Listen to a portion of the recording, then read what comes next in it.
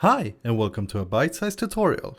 It's been a while, with work and life getting in the way, but I have slowly started to dip my toes in the waters of Godot. And while I haven't fully made the switch from Unity, I have discovered a few things that do make me consider using Godot for future projects. One of them being how easy it is to create a camera that smoothly follows the player.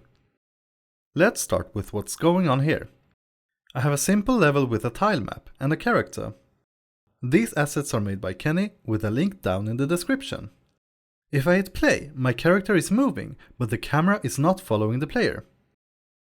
So, in Godot, you could use this camera node, but I will remove it and select my character in the scene tree.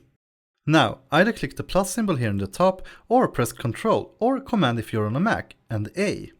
The easiest way to find a camera is to just search for one in the search field here. Choose Camera 2D and click on Create. Make sure the camera node is a child of your character, and if I hit play now, the camera should follow the player, just as it would in Unity, being a child of the character object. Let's have a look at the inspector to the right.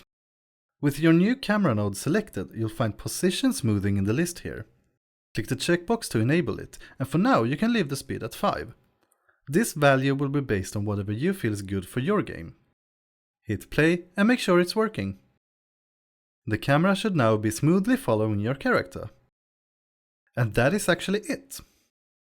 I will try to post a few of these videos that maybe aren't pure tutorials, but mostly things I find surprisingly simple coming from Unity. Thanks for watching, and I'll see you in the next one.